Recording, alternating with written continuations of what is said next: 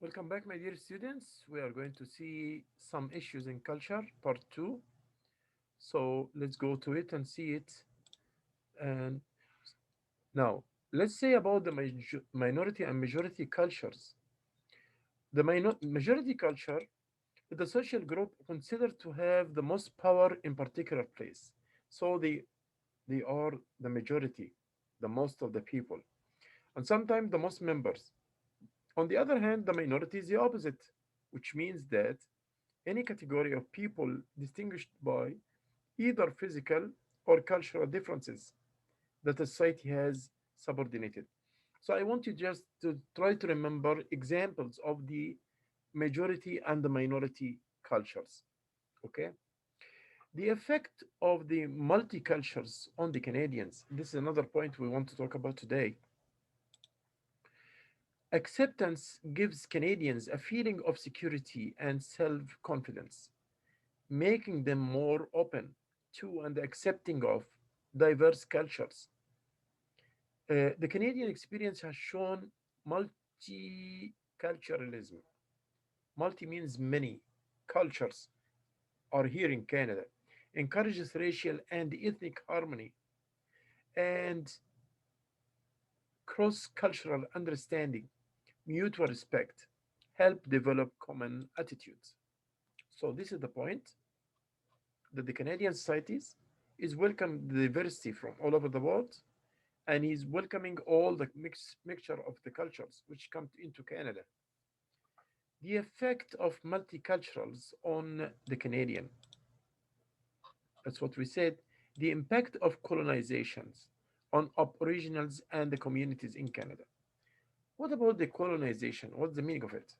Colonizations and government assimilation policies and procedures contributed to an marginalization of Aboriginal people from mainstream society and had a profound and disruptive impact on the health, socioeconomic, welfare, access to the healthcare services, and culture of Canadian Aboriginals and others. So, just this is trying to see the impact of the colonization on the Aboriginal people, the origin people of the country, like the indigenous. Effect of colonization on the New World. England colonization, as example, of the New World had drastic effects on native people.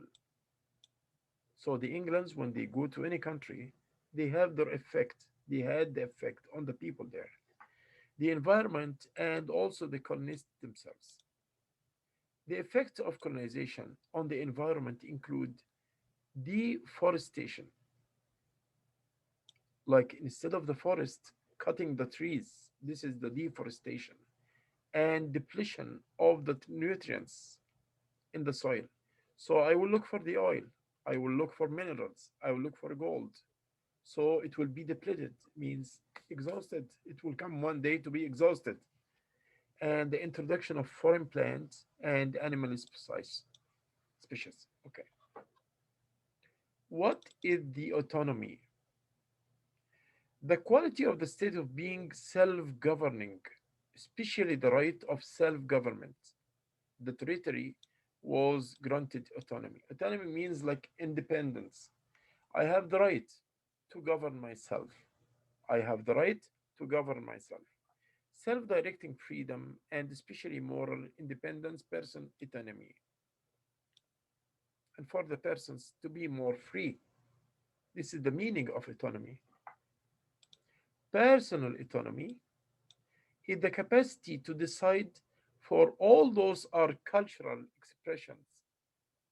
So we are taking them one by one. Personal authority is the capacity to decide for oneself and pursue a course of action in one's life. So I'm free to do whatever I want, regardless of any particular moral contents. The political autonomy, as example, is the property of having one's decision respected, honored, and hated within a political context. For example, let's give me an example here. In the case of individuals, adults, an autonomous person is someone who's capable of making rational and informed decisions on their own behalf. So, the autonomy means it's a kind of independence, like you can say it's a synonym to the independence. Okay, but it doesn't mean that they have the right to do whatever they want or disobey law and regulation. As long as I'm okay with the law and the regulations, that's fine. I'm free to do whatever, but my frame, I'm like tied up and restrained with the law. Still, I have to respect the law. Uh, we have many types of immigration. Four types of immigration status that exist: citizen, residents, non immigrants, and undocumented. In any country, you will have those kinds of immigration people: citizens, residences, non immigrants, and undocumented people without papers, without documents. The characteristics of each status are explained below. These are people who were either born in the United States or Canada, as example, or who have become naturalized after 3 or 5 years as permanent residents. There is a question: why do refugees come to Canada, as example, as long as we are talking about the culture? Why do refugees come to Canada? Canada resettles refugees to save lives and provide stability to those feeling persecution with no hope of relief. So Canada's protecting the refugees. This is the meaning of it. Canadian immigration policy. Once you issue the Canadian immigration visa for a permanent residency, you have most of the same rights and obligations. So as long as you have residence in Canada, you are exactly like the same like the citizen. The only difference between the Canadians and the residents is that the rights of voting. When you become a Canadian, you will practice your rights in voting whoever you want.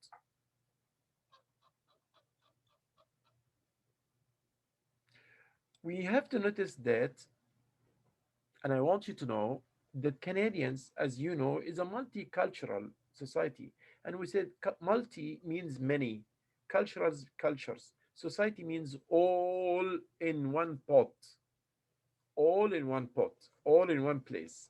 So Canada, including all the migrants from all over the world, everyone comes with his own culture. The mixed culture is here. So Canada, when you describe Canada, you will say it's a multicultural society. Okay. So multiculturals refers to the presence of people from diverse racial and ethnic backgrounds.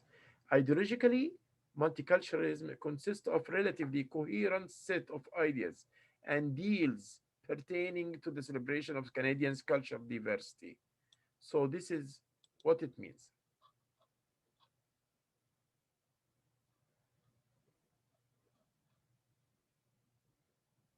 Sometimes you hear everywhere about the Canadian experience, and you ask yourself, what are the requirements for the Canadian experience class, right? To be eligible to apply, you must have at least 1 year of full time or equivalent skills work experience in Canada. Apply within 3 years of obtaining your skills work experience. So, meet minimum language levels, have had legal status like staying for studying or having a work permit or coming with immigration visa. The last lecture, the previous lecture, we talk about the racism in details. We also talk about the discrimination in the workplace. Now I will move into the what's the meaning of the bicultural. Identity is the condition of being oneself regarding of the combination of two cultures. Bicultures means two cultures. The term can also be defined as biculturalism, which is the presence, look at this, the presence of two different cultures in the same country or region. Like, as example, Montreal is the culture, both cultures, like English and French, is including because we said language is a part of the culture. So it's including two main cultures. So it's a biculture. Bilanguage is a biculture as well, right? Multiculturalism in Canada. So this is the history. You can read it. We talk also about the Aboriginal people in Canada. In 2016, census revealed that trends new data arrived that the Métis and Lenui population in 2016 they were 1,673,785 Aboriginals people in Canada, accounting for 4.9% of the total population. Those are the Aboriginals.